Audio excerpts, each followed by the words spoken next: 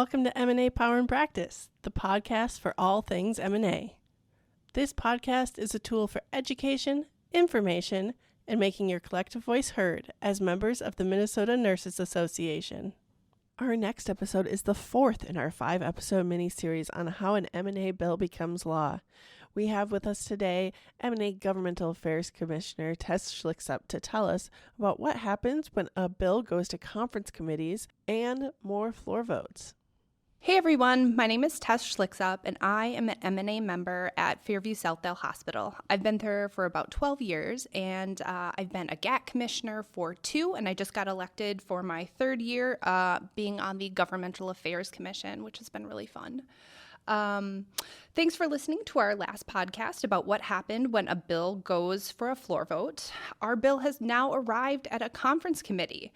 We've left off our journey with our bill passing on the floor of the House and the Senate, but there are 2 different versions. This is where the conference committee comes in. So what's a conference committee? A conference committee is made up of 3 to 5 House and Senate members tasked with reconciling the language between the 2 versions of our bill. They must come to an agreement on all of the language in the bill.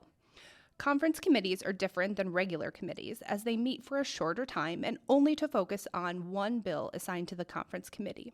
Members are elected by their caucus leadership and often sit on the committee of jurisdiction where the bill is originated. They work through the language line by line and determine if the Senate language or the House language works better. Sometimes the conference committee changes the language completely to find a compromise.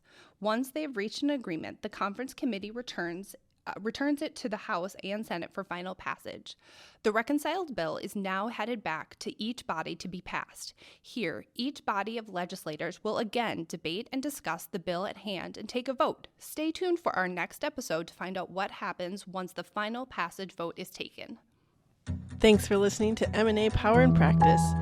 Be sure to subscribe to the podcast through your favorite streaming service so you don't miss a single episode.